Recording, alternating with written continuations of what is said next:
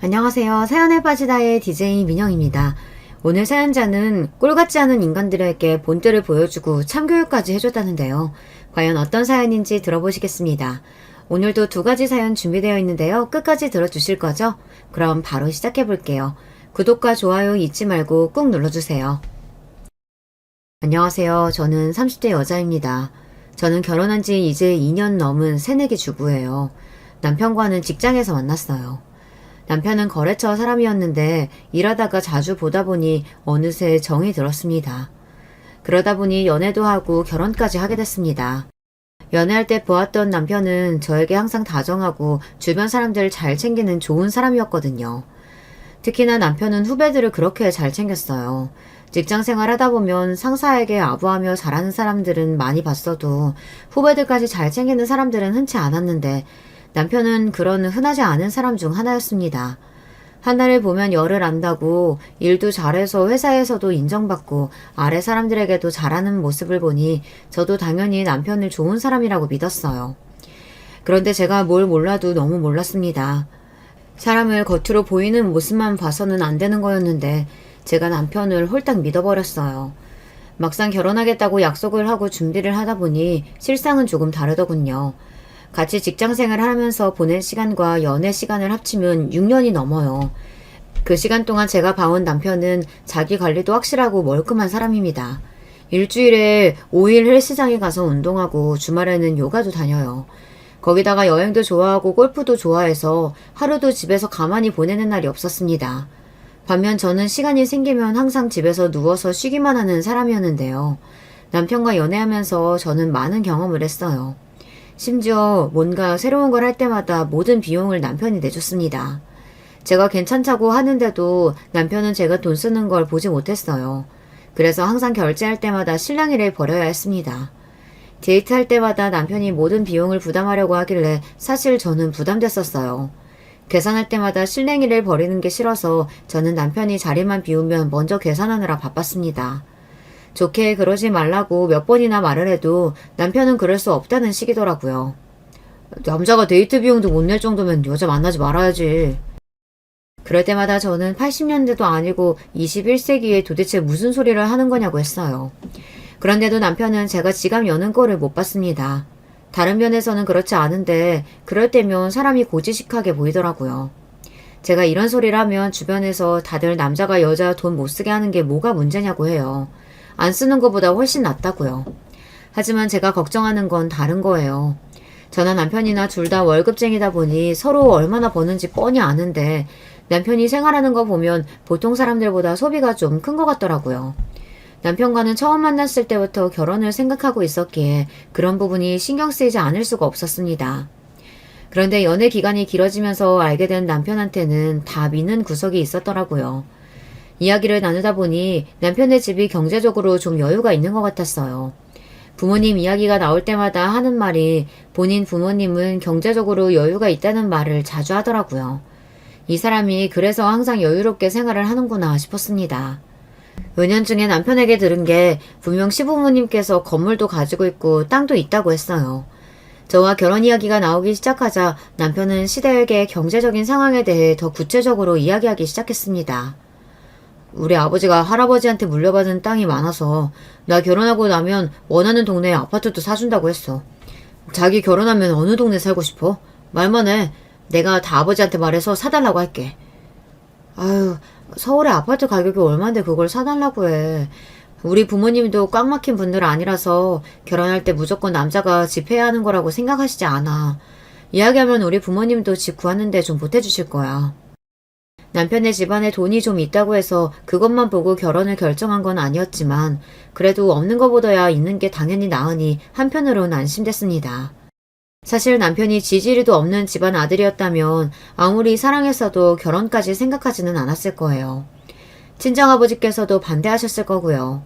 제가 어릴 때부터 친정아버지께 귀에 못이 박힐 정도로 들은 이야기가 없는 집에 시집갈 바에야 차라리 시집가지 말고 평생 아빠랑 같이 살자는 말이었어요.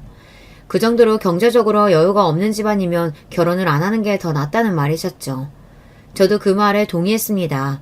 결혼해서 지질이 궁상으로 고생하면서 살 바에야 평생 아버지랑 사는 게 더 낫다고 여겼어요. 속물같이 들릴 수도 있겠지만 그래도 남편이랑 결혼해서 살면 평생 돈 걱정은 하지 않고 살겠다 싶어서 결혼을 결정한 이유도 커요. 물론 그 전에 남편을 좋아하기도 했고요. 연애할 때 남편에게 들은 이야기가 많다 보니 저는 결혼하면 당연히 시댁에서 아파트는 사주시는 줄 알았어요. 그런데 결혼 이야기가 나오고 본격적으로 결혼 준비를 시작하게 되자 모든 결혼 준비 사항이 남편이 했던 이야기와 다르게 흘러가더군요. 결혼 날짜가 나와서 슬슬 집 이야기를 해야 하는데 시부모님 누구도 말을 안 하시더라고요. 그래서 제가 남편에게 먼저 물었습니다. 이제 결혼 날짜도 정해졌는데 슬슬 집이랑 혼수도 준비해야 할 것 같은데 부모님이랑 상의했어? 신혼집 위치는 아무래도 회사 근처가 좋겠지? 그 전에 남편과 나눈 이야기들이 있으니 저는 남편이 당연히 시부모님과 이야기가 다 끝난 줄 알았어요. 그런데 남편이 하는 말이 기가 막히더군요. 그게 참, 내가 이야기하려고 했는데 아버지께서 자기를 너무 예쁘게 보셨는지 결혼하고 1년만 아버지 건물에 들어와서 살았으면 하시더라고요. 저는 남편의 말에 적잖이 놀랐습니다. 연애할 때 남편이 한 이야기가 있다 보니 남편과의 결혼을 생각하면 당연히 서울에 아파트를 구해주실 줄 알았지 시부모님이랑 같은 건물에 살게 될 거라고는 생각도 안 해봤습니다. 자기 부모님 건물이면 내가 다니는 직장에서 너무 멀기도 하고 더군다나 시부모님이랑 한 건물에 살면 내가 불편할 것도 많을 것 같은데 나 그런 건 한 번도 생각 안 해봤어. 저는 괜히 속물 같아 보일까봐 아파트 이야기는 꺼내지도 못하고 남편에게 조심스럽게 제 의사를 표현했습니다. 시부모님께서 건물이 있다는 이야기는 들었지만 내가 거기 들어가서 살 거라고는 생각도 못 해봤다고요. 거기다가 솔직한 심정으로는 아파트도 아파트지만 시부모님이랑 한 건물에 사는 게 더 싫었어요. 아직 시부모님이 어떤 분인 줄은 모르지만 매일매일 시부모님과 마주해야 한다는 게 저에게는 부담이었습니다. 남편이 저에게 말은 안 하지만 혹시 돈 문제 때문인가 싶어 저는 한 번 더 제 의견을 말했어요. 이제 정말 몇 달 후면 부부가 될 사이인데 속물 같아 보여도 할 이야기는 해야 할 것 같아서요. 혹시 지금 아버님 상황이 당장 아파트 사주시기 힘들어서 그런 거면 나는 작은 집도 괜찮아. 아니면 우리 부모님도 결혼 준비하는데 도와주실 수 있다고 하시니까 내가 말씀드리면 집 구하는데 반은 보탤 수 있을 거야. 저는 시부모님과 한 건물에 사는 건 죽기보다 싫어서 어떻게든 따로 살 방법을 모색했습니다. 저는 무남 동료 외동딸이에요. 어머니께서 제가 고등학교 때 돌아가셔서 아버지와 둘이 살고 있었습니다. 어머니께서 갑작스레 불치병에 걸려 1년 동안 병원에서 고생만 하시다 돌아가셨어요. 그러다 보니 아버지께서 저를 금이야 오기야 키워주셨습니다. 어머니께서 1년 동안 병원에서 고생하시는 동안 아버지께서 어머니 병간호를 하셨는데요. 당시에 저를 안쓰럽게 생각하신 이모와 이모부가 저를 데려다가 보살펴 주셨어요. 이미 그때 저는 고등학생이라 혼자 있을 수 있었는데 이모는 혹시나 제가 혼자 외롭고 힘들어할까봐 걱정되셔서 저를 데려다 챙겨주셨죠. 그때부터 저와 또래인 사촌동생들과 친자매처럼 지냈습니다. 덕분에 어머니께서 갑자기 떠나셨을 때도 이모와 동생들은 저에게 큰 힘이 되어주었어요. 그래서 어머니가 돌아가신 지금까지도 아버지와 저는 이모, 이모부 그리고 동생들과 한 가족처럼 지내고 있습니다. 아버지는 사춘기 시절 어머니를 잃은 제가 안쓰럽다는 이유로 뭐든 제가 원하는 대로 해주셨어요. 그래서 제가 결혼할 사람이 생겼다고 했을 때 더 걱정하셨습니다. 뭐든 아버지 도움이 필요한 일이 있으면 말만 하라고 하셨습니다. 아버지는 아무리 시댁에 경제적인 여유가 있다고 해도 제가 시댁 건물에 들어가서 신혼을 보내기를 원하지 않으실 거예요. 그럴 바에는 집을 아예 사주겠다고 하실지도 모릅니다. 사실 친정아버지께서 제 앞으로 사둔 오피스텔이 하나 있어요. 제가 다니던 대학 근처인데 제가 대학 때 등하교하기 힘들다고 했더니 아버지께서 학교 근처에 사주신 거예요. 대학 졸업하면서 혼자 사는 게 외로워서 다시 친정으로 들어오게 되면서 오피스텔은 월세를 준 상태였습니다. 아마 제가 지금 당장 돈이 필요하다고 하면 아버지는 분명히 그 오피스텔을 팔려고 하실 거예요. 팔아서 그 돈은 알아서 쓰라고 하실 겁니다. 제가 사정이 안 되는 것도 아닌데 시댁에 들어가 사는 건 너무 싫었습니다. 그런데 남편 생각은 저와 달랐어요. 에이, 세상에 그런 게 어딨어. 집은 남자가 당연히 준비하는 거지. 우리 아버지가 돈이 없어서 그러는 게 아니라 며느리랑 가깝게 지내고 싶어서 그러는 거야. 시부모님이랑 같은 건물 사면 자기가 좀 힘들 수도 있겠지만 우리 부모님이랑 가까워져서 나쁠 건 없잖아. 자기가 잘만 하면 나중에 땅도 자기 이름으로 물려주실걸? 자기는 외동이라 모르겠지만 우리는 형제가 셋이라 부모님께 누가 더 잘하냐가 중요해. 이게 다 우리한테는 기회야, 기회. 남편은 이해가 안 되는 이야기를 했습니다. 본인은 형제가 셋이라 어릴 때부터 뭐든 나눠야 하는 환경에서 자라서 다른 형제들보다 하나라도 더 가지려면 부모님께 잘해야 한다고 했어요. 그러면서 하는 말이 제가 시부모님 댁 건물에 들어가서 사는 게 우리에게는 기회라고 했습니다. 제가 잘해야 시부모님이 좋게 보셔서 나중에 재산을 나눠줄 때 조금이라도 더 받는다고요. 남편 말이 그나마 시아버지께서 저를 예쁘게 보셔서 1년이라도 건물에 들어와서 같이 살자고 하시는 거니 좀만 참고 살아보자네요. 저는 들으면 들을수록 남편 말이 이해가 안 됐지만 제가 말해봐야 뭐 하겠어요. 남편 생각이 이미 확고하니 제가 말을 더 해봐야 이미 소용없었죠. 지금 생각해보면 그때 도망쳤어야 했어요. 그때부터 제 고생분이 활짝 열렸거든요. 결혼 전에야 콩깍지가 꼈을 테니 무슨 소리를 해도 남편 말이 맞는다고 생각했어요. 그래서 남편 말대로 하기로 했습니다. 남편 말대로 시부모님께서 제가 예뻐서 같이 살고 싶으신 거라는데 좋은 방향으로 생각하기로 했어요. 시부모님이랑 한 집에 사는 것도 아니고 같은 건물에 사는 건데 그 정도로 불편해봐야 얼마나 불편할까 싶어서요. 그런데 아니더군요. 제가 잘못 생각해도 한참을 잘못 생각했습니다. 처음 시댁에 갔을 때도 사실 깜짝 놀랐어요. 남편이 말하기로는 시부모님 건물이 크다고 했어요. 그래서 저는 흔히들 말하는 상가 건물 정도 되는 줄 알았어요. 적어도 4층, 5층 건물은 되는 줄 알았죠. 그런데 막상 가서 보니 건물이 무지하게 오래되기도 했고 원룸, 고시촌 그 정도의 허름한 건물이나 다름없더라고요. 3층 건물이었는데 시부모님이 사시는 3층만 그나마 좀 크고 아랫방은 작은 방 하나에 거실 작게 하나 있더라고요. 빌라라고 하기도 민망한 원룸 정도였죠. 제가 대학 다닐 때 살던 오피스텔보다도 훨씬 작았습니다. 아무리 시부모님 건물이라도 그렇지 둘이 살기에도 작아도 너무 작았어요.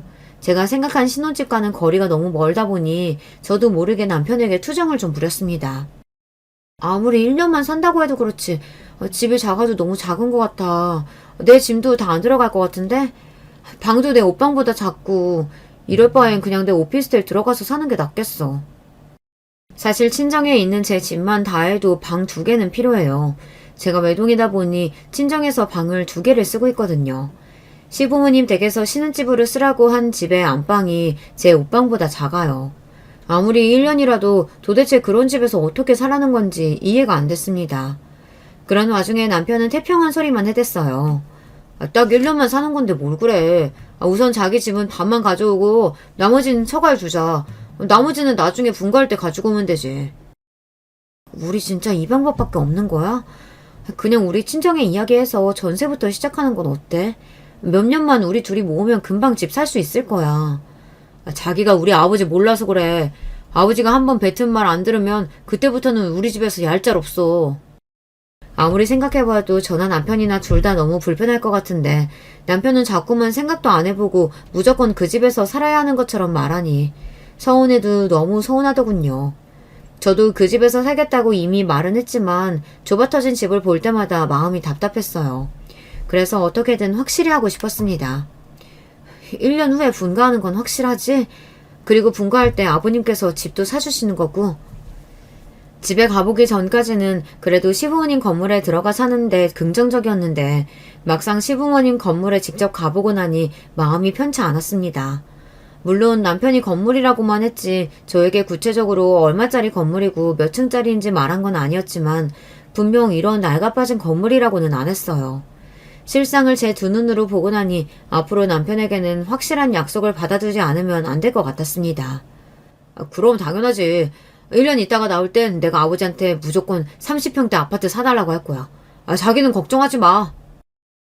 너무도 자신있게 말하길래 저는 남편 말만 철석같이 믿었습니다. 그래서 힘들어도 서울에 아파트 받아 나올 생각에 1년을 악착같이 버텼습니다. 그런데 그 1년이라는 시간이 느려도 너무 느렸어요. 저는 평생 상상해본 적도 없는 시집살이에 시달려야 했거든요. 저희 시댁 식구를 소개하자면 누구 하나 평범한 사람이 없어요. 당신 말이 곧 법이라고 생각하시는 시아버지와 그런 시아버지에게 꼼짝도 못하시면서 며느리인 저에게만 징징거리며 큰소리치시는 시어머니, 거기다가 얼마 전 이혼하고 다시 시댁으로 돌아온 시누이와 아직 미혼인 시동생이 있습니다. 그들 중 누구 하나 저와 맞는 사람이 없었어요. 남편이 시아버지의 말이라면 절대 거역할 수가 없을 만한 게 시아버지 성격이 보통이 아니시더라고요. 결혼 전에는 몰랐어요. 그냥 시원시원하고 호탕하신 분인 줄만 알았는데 겪어보니 그게 다가 아니더군요. 당신이 하신 말에 조금이라도 반개를 들면 집안 전체가 난리가 났어요. 한 번은 그런 적이 있습니다. 결혼하고 첫 번째 제 생일 때였어요. 생일 당일은 출근해야 해서 그 전주에 친정에 다녀올 생각이었습니다. 확실히 시댁이랑 한 건물에 살다 보니 아무데나 친정에 들락거리기가 어렵더라고요. 그래서 생일 핑계로 오랜만에 친정에 다녀올 생각이었습니다. 친정아버지랑 밥도 먹고 이모랑 사촌동생들이랑 하루 종일 같이 놀면서 자고 올 생각이었어요. 그런데 시아버지께서 마음대로 그 주에 호텔을 예약하셨더라고요. 일절 상의 한마디 없이 이틀 전에 통보하셨습니다. 제 생일 기념해서 시댁 식구들이랑 다 같이 하루 호텔에서 쉬다 오자고요. 이 호텔 뷔페 예약하기 얼마나 힘든 줄 알지? 내가 우리 며느리 생일이라 엄청 신경 썼어. 저를 위한 시아버지의 마음은 이해하지만 이미 친정에 가겠다고 이야기를 한 상태라 저는 곤란했습니다. 이모랑 사촌동생들까지 친정으로 초대한 상태라 취소할 수는 없었어요. 그래서 저는 시아버지께 조심스럽게 말씀드렸습니다.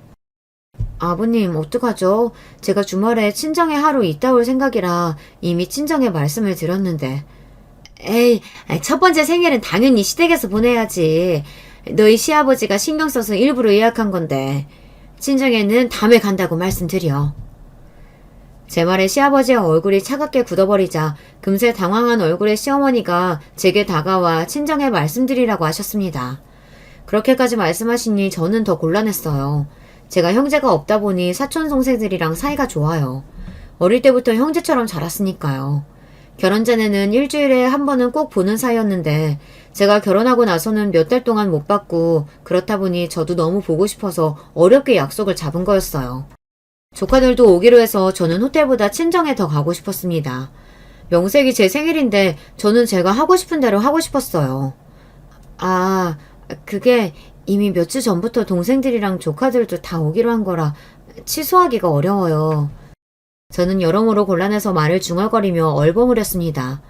그때가 이미 주말이 이틀밖에 안 남았을 때였거든요. 호텔을 예약하실 생각이었으면 미리 말씀을 해주셨으면 좋았을 텐데 바로 며칠 앞두고 그러시니 저도 당황스럽더군요. 그런데 그 와중에 옆에 있던 시누이가 거들었습니다. 올케한테 동생이 어딨어? 올케 외동 아니야? 어릴 때부터 사촌동생이랑 같이 지내서 형제처럼 지냈어요. 웬만한 자매들보다 사이가 더 좋아요. 아, 그래? 난 여동생이 없어서 그런가. 동생들이랑 집에서 보는 것도 귀찮던데. 결혼하고 나서도 따로 만나서 할 얘기가 있나 보네. 신기하다. 네, 저희는 사이가 좋아서요.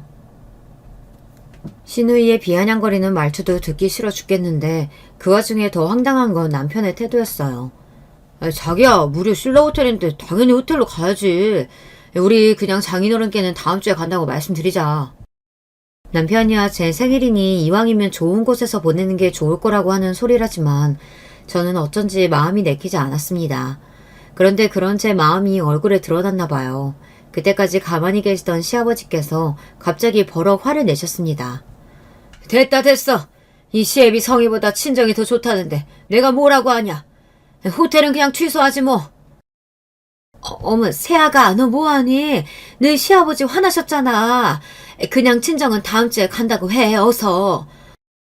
그래 올게. 나 같으면 아빠가 차린 밥보다 호텔 뷔페가 훨씬 좋겠구만. 별것도 아닌 거 가지고 왜 문제를 만들어? 졸지에 제가 문제를 만든 사람이 되고 말았습니다. 저는 뭐라고 말해야 할지 몰라 상황이 불편했어요. 그런데 그때였습니다. 시아버지께서 지나가듯 하신 말이 화근이 됐어요. 이래서 사람이 돈 받기 전이랑 돈 받은 후에 달라지는 거라니까. 살려달라고 할 때는 언제고? 으휴, 자식이라도 다 자기들 필요할 때만 부모 찾지. 순간 시아버지의 말씀에 저도 모르게 얼굴이 붉게 타올랐어요. 시아버지께서 도대체 무슨 말씀을 하시는 건진 모르겠는데 분명 저에게 하시는 말씀이었으니까요. 그래서 저는 시아버지께 그게 무슨 말씀이냐고 저희가 무슨 돈을 받았느냐고 물었습니다. 저는 아무리 생각해도 시아버지께 따로 받은 돈이라고는 없는데 왜 저런 소리를 하시는 건가 싶어서요. 자기야, 아버지는 그냥 하시는 말이야. 아버지, 우리 주말에 호텔 갈 거예요. 그러니까 취소하지 마세요. 그치, 자기야? 남편의 태도는 분명 어색하고 이상했습니다. 시아버지의 눈치를 슬슬 보며 저에게 뭔가 숨기는 게 있는 것 같았어요. 저는 이대로 그냥 넘어가면 안 될 것 같아 남편의 팔을 붙잡고 물었습니다. 이게 무슨 말이야? 설마 자기 나 모르게 아버님께 뭐 받은 거 있어? 그래서 아버님께서 저런 얘기 하시는 거야? 돈을 받았건 안 받았건 저는 모르겠습니다. 그런데 제가 왜 시아버지에게 저런 소리까지 들어야 하는 건지 분명히 알아야 할 것 같아서요. 대충 넘어가려는 남편을 붙잡았습니다. 남편은 제 말에 눈도 제대로 마주치지 못하고 자꾸만 말을 웅얼거렸습니다.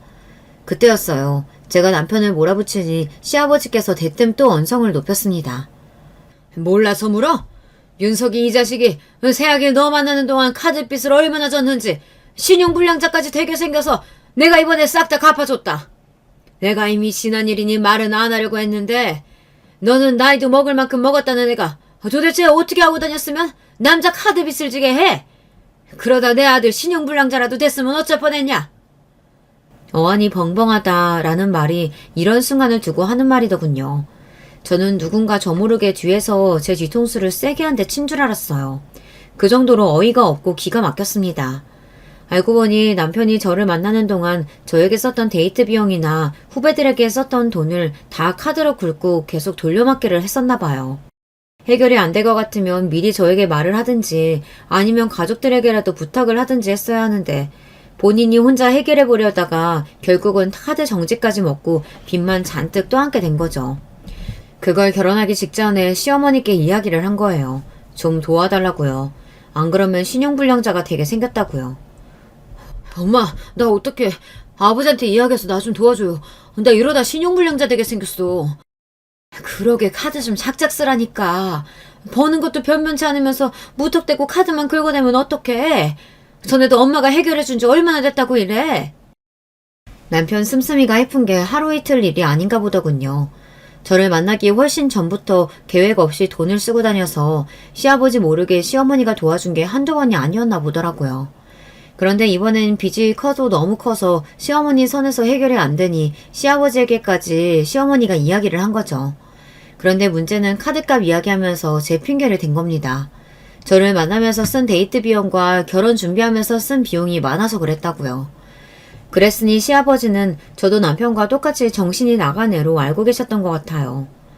월급쟁이라는 놈들이 돈을 어떻게 썼으면 카드 3장이 다 막혀? 너 제정신이야? 이제 조금 있으면 장가 간다는 놈이 이렇게 살면 어떡해? 한심하다. 정말 한심해. 내가 그렇게라도 돈 쓰고 했으니까 장가도 가는 거지.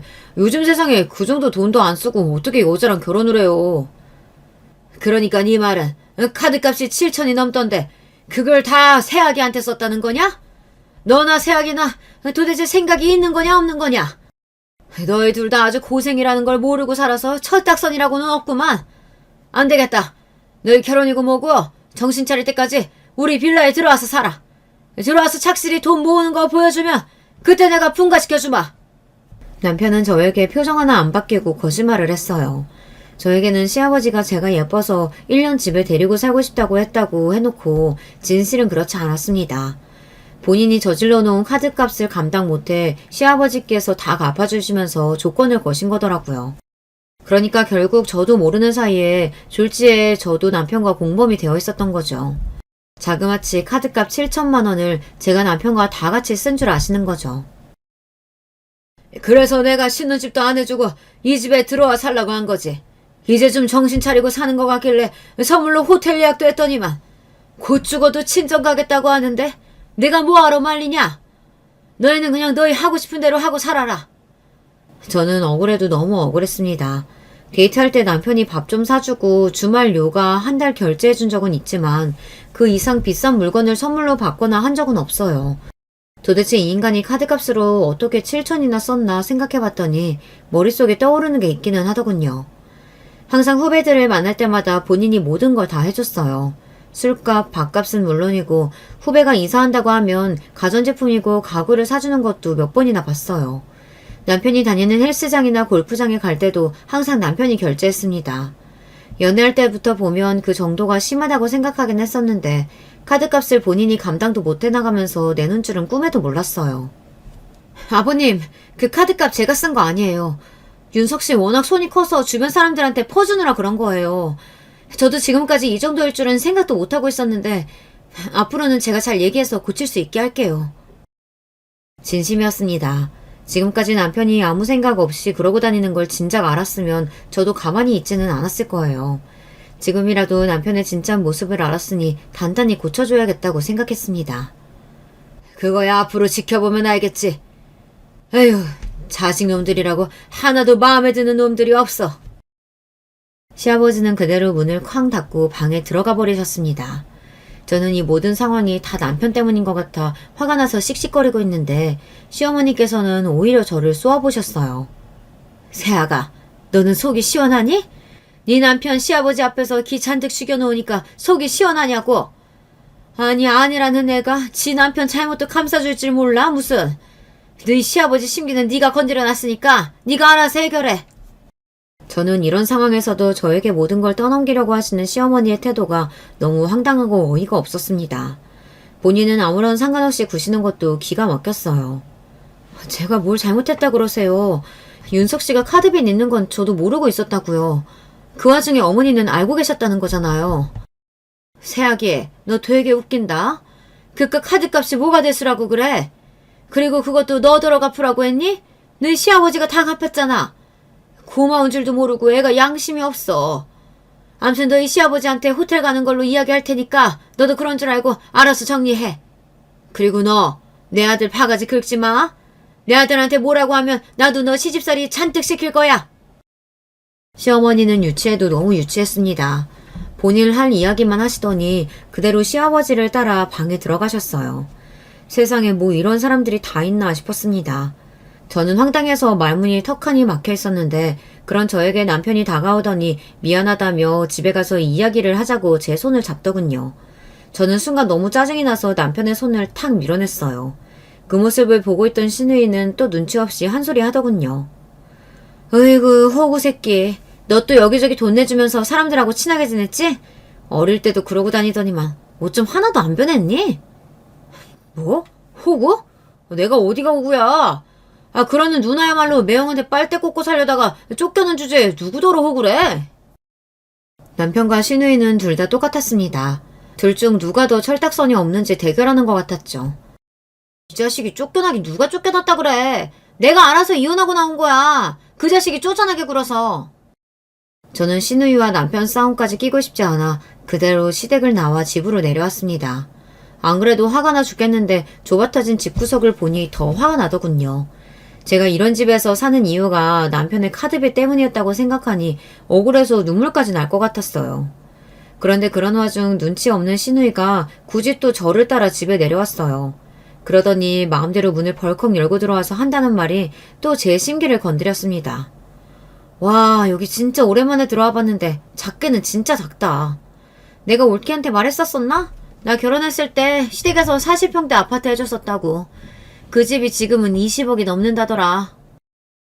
쉬누이는 안 그래도 속이 말이 아닌 제 앞에서 굳이 잘난 척을 해댔어요. 꼴같지도 않았습니다. 이혼하고 친정에 다시 돌아온 주제에 잘났다고 옛날 이야기를 하더라고요. 쉬누이는 시어머니를 그대로 빼다박았어요. 자기 손으로 제대로 돈도 한번 못 벌어봤으면서 남의 돈으로 호의호식하며 살고 싶어 했죠. 남편에게 듣기론 시누이는 제대로 된 직장 한 번 안 다니고 집에서 신부 수업만 하다가 결혼도 조건 보고 선봐서 결혼했다더라고요. 저 남편 돈만 보고 결혼했다가 너무 사치를 부려 이혼당했다고 들었어요. 시어머니도 시누이와 별반 다르지 않아요. 시아버지 비우면 살살 보면서 시아버지 돈 펑펑 쓰면서 사시거든요. 그러고 보니 저희 남편도 시누이와 시어머니와 별반 다르지 않네요. 나가서 돈 있는 척 잘 사는 척 하고 다니며 결국은 시아버지 돈으로 펑펑 쓰고 다닌 거니까요. 그렇게 생각하자 저는 더 우울해졌습니다. 제가 생각했던 남편과의 결혼 생활은 이런 게 아니었는데 뭔가 꼬이기 시작한 것 같아서요. 어머, 올케는 그 나이 먹도록 도대체 어떻게 살았길래 물건이 이렇게 없어? 에게, 친정에 돈 좀 있다더니 가방이랑 옷은 이게 다야? 아휴, 올케 안목이 좀 별로구나? 이쯤 되니 신우이가 이혼을 당한 게 눈치가 없어서인가 싶을 정도로 사람이 참 눈치가 없더군요. 자기 멋대로 방에 들어가서 옷장을 마음대로 열어봤어요. 그러더니 손에 잡히는 대로 꺼내서 옷이며 가방 브랜드를 막 확인하더라고요. 저는 너무 불쾌해서 신우이의 손에 들린 옷을 빼서 다시 옷장에 넣었습니다. 제가 오늘 너무 피곤해서 그런데 그만 올라가 주시겠어요? 좀 쉬고 싶어서요. 저는 최대한 화를 누르며 단호하게 이야기했습니다. 와, 올케도 성격 좀 있구나. 하긴 남자 꼬셔서 카드값 7전이나 쓰게 만들었는데 그게 어디 보통 성격이겠어? 암튼 우리 아빠 마음 돌려놓으려면 올케도 몇 달 고생 좀 해야 할 거야.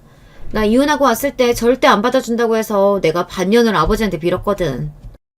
신우이는 하는 말 하나하나가 다 거슬려 저는 눈살을 잔뜩 찌푸린 채 신우이는 쳐다도 안 보고 그대로 옷장을 닫아버렸습니다. 그러자 신우이는 뭐가 그렇게 재미있는지 실실 웃으면서 나가더군요. 그리고 가는 순간까지도 재수가 없었어요. 주말엔 올케 덕분에 호텔 뷔페 먹겠네. 고마워. 얄미워 죽는 줄 알았습니다. 정말이지 그날은 시댁 식구들 때문에 미쳐버릴 것 같았어요.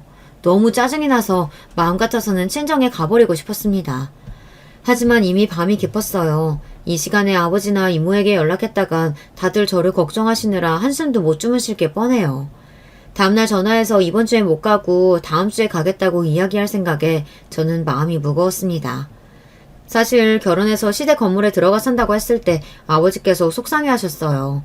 그럴 거면 아버지께서 집을 구해줄 테니 거기서 살라고도 했습니다. 하지만 남편이 말한 대로 시아버지께서 저를 예쁘게 보셔서 1년만 같이 살기를 원하신다고 이야기했습니다. 친정아버지도 본인이 시아버지 입장이면 그럴 수 있겠다고 너그럽게 이해해 주셨어요. 내 자식이 예쁘고 마음에 들어서 그러신다는데 이해해야지. 시부모님이랑 한 건물 살면 우리 딸이 힘들고 피곤한 일도 있겠지만 그럴 땐 언제든 아빠한테 와. 언제든지 아빠가 도와줄게. 저는 그날 밤 힘든 마음을 아버지를 생각하며 애써 위로하며 잠들었습니다. 남편은 저한테 잔소리를 들을까봐 무서워서인지 아니면 시아버지 눈치가 보여서인지 그날 저녁 시댁에서 자고 출근한다는 메시지 한 통을 덜렁 보내놨더라고요. 그날 밤 저는 결혼한 거에 대해 처음으로 후회가 됐습니다. 그래도 어쩌겠어요. 결혼이라는 게 후회한다고 해서 그 전으로 되돌린다는 건 쉬운 일이 아니더라고요. 저도 평범한 부부처럼 남편과 매일 지지고 볶으며 살았습니다. 그 전엔 몰랐는데 남편이 한번 밉다고 생각이 들고 나니 별거 아닌 일에도 화가 나고 짜증이 나고 그러더라고요. 어떨 땐 이렇게 우리가 평생 부부로 살 수 있을까 싶기도 하고요. 거기다가 시어머니고 시누이고 툭하면 사람을 짜증나게 하고 심기를 건드리니까 내가 진짜 이렇게 사는 게 맞나 싶었죠. 그러던 중 드디어 결혼한 지 1년이 지났어요. 저는 그날만 기다리고 있었습니다. 결혼한 지 1년이 되던 날 저는 시아버지께 올라가 직접 이야기했어요. 남편한테 말해봐야 시아버지가 무서워서 말도 못할 게 뻔하니까요. 저는 시아버지께 결혼한 지 1년도 넘었으니 분가하겠다고 했습니다. 그런데 시아버지는 제 말에도 들은 척도 안 하셨어요. 1년이든 2년이든 분가해서 나가는 건 너희들이 알아서 할 일이지. 그걸 왜 나한테 얘기하고 난리야? 나가고 싶으면 나가. 결혼 초기부터 시아버지와 틀어지기 시작한 사이는 1년 동안도 별반 다르지 않았습니다. 남편이야 아버지에게 미움받을까봐 무서워서 슬슬 눈치만 보고 다니고 저는 시댁 식구라면 마주치기만 해도 싫어서 슬슬 피해 다니다 보니 시아버지와 크게 가까워질 일이 없었죠. 그러다 보니 시아버지와는 더 어색했어요. 그런 와중에 시아버지께 또 엄한 소리를 듣고 나니 말이 곱게 나오지를 않더군요. 저 임신했어요. 애 낳으면 아무래도 여긴 너무 좁아서 안 될 것 같아요. 넓은 곳으로 이사 가려고요. 임신한 사실을 남편보다 시아버지에게 먼저 이야기하게 될 줄은 몰랐는데 상황이 생각지도 못한 방향으로 흘러가다 보니 저도 모르게 임신한 사실부터 덥석 이야기하고 말았습니다. 그런데 그때 시아버지의 반응이 남달랐어요. 임신? 아이고 잘했어. 우리 며느리가 임신이라니. 그치? 지금 사는 집 너무 좁지? 걱정 마라. 내가 우리 며느리 선물로 좋은 아파트 사줄 테니까. 걱정 마라. 아이고 상하다 상해. 제가 임신한 사실을 가족들이 알게 되면 축하해 주실 거라고 생각은 했었지만 시아버지는 제가 생각한 것보다 훨씬 더 좋아하셨어요. 심지어 남편이 말한 대로 시아버지는 저와 손주를 위해 서울의 아파트를 떡하니 사주셨습니다. 그 일로 남편은 신이 나서 그 전보다 저에게 더 잘했어요. 저와 우리 아기 덕분에 아파트가 생겼다고 얼마나 호들갑을 떨었는지 몰라요. 아이고, 복덩이, 복덩이. 내가 말했었지? 우리 아버지한테 예쁨 받으면 최소한 땅은 생긴다고. 근데 우리 자기가 홈런 쳐주는 바람에 서울에 30평대 아파트가 생겼네. 그래. 당신도 이제 아빠니까 전처럼 주변 사람들한테 돈 막 퍼쓰면서 철딱서니 없이 굴면 안 돼. 알았지? 남편 말대로 제 뱃속의 아기가 복덩이는 확실했습니다. 그 전까지는 남편과 제 사이도 대면대면했었는데 아기가 생기고 나서는 저와 남편도 사이가 좋아졌어요. 남편이 허세가 좀 있고 철은 없어도 사람이 순하고 자상하기는 해요. 시어머니와 시누이 때문에 짜증이 날 때도 옆에서 항상 제 편을 들어줍니다. 그렇게 저는 성공적으로 분가를 하게 됐습니다. 그리고 제 결혼 생활도 안정을 찾는구나 싶었어요. 그런데 눈치 없는 시누이가 건드리면 안 되는 사자의 코털을 또 건드리고 말았습니다. 시아버지께서 저희에게 아파트를 사주시니 시누이가 아무래도 셈이 났나 봐요. 저희가 분가해서 나오자마자 연락도 없이 집에 찾아왔어요. 그것도 술에 잔뜩 취해서 왔더라고요. 내가 아빠한테 집 사달라 집 사달라 그렇게 조를 때는 아는 척도 안 하더니만 며느리가 임신했다고 신축 아파트를 떡하니 사줬네. 술 먹었으면 집에 곱게 갈 일이지 여긴 왜 왔어? 형님, 오늘은 늦었으니까 여기서 주무시고 내일 가세요. 제가 어머님께 연락해 놓을게요. 저는 괜히 술 취한 사람 심기를 건드리고 싶지 않아 애써 시누이를 달랬습니다. 어차피 술에 취했으니 그냥 오늘은 재우고 내일 집에 데려다 주자 싶었어요. 그런데 눈치 없는 시누이는 제 속을 또 박박 긁더군요. 올케는 가만 보면 순진한 척하면서 은근 여우라니까? 올케네 친정 잘 사는 거 확실해? 매일 나한테 분가할 거라고 노래 부를 때는 친정아버지가 대단하게 해주실 것처럼 굴더니만 결국은 임신한 거 가지고 그거 앞세워서 우리 아버지 돈으로 분가했네. 시누이는 분명 저 소리를 하려고 일부러 온 겁니다. 전부터 시누이가 제 속을 긁을 때마다 화가 나서 남편한테 제가 시누이 때문에라도 무조건 분가할 거라고 이야기하기는 했어요. 아마 남편도 시누이랑 싸울 때 티격태격하면서 그 소리를 했나 보더라고요. 이 누나가 뚫린 입이라고 아무 말이나 해도 되는 줄 아나. 술 취했으면 그냥 곱게 잠이나 자. 자기야, 피곤한데 먼저 들어가. 내가 누나 재우고 들어갈게.